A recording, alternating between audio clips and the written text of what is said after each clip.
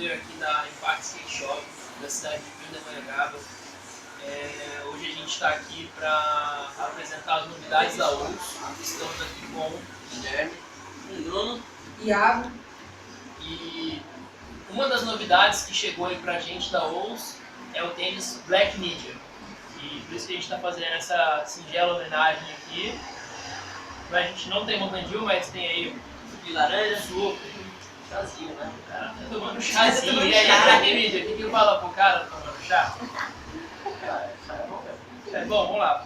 Fala aí, Mas melhor que chá é esse boot aqui, mano. Muito style. Boot da OUS, lá do Black Media, que traz a tecnologia da família Hard, tem uma furação especial, família circular, muito mais densa que convencional, melhora demais a absorção do impacto do rolê. Nossa, muito gringo ele.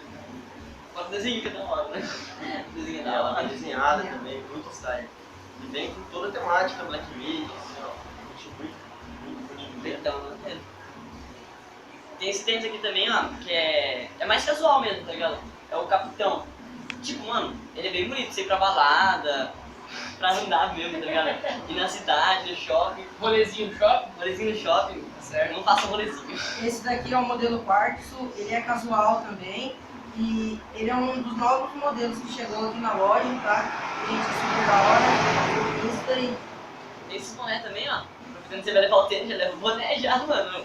É a Combinar, forma né, que mano? usa aí, galera. Mas a gente Ó, mas é isso aí. Venham conferir as novidades. E são poucos modelos que a gente tem, poucas numerações. Já Bem rápido, não vai né? perder o seu, hein?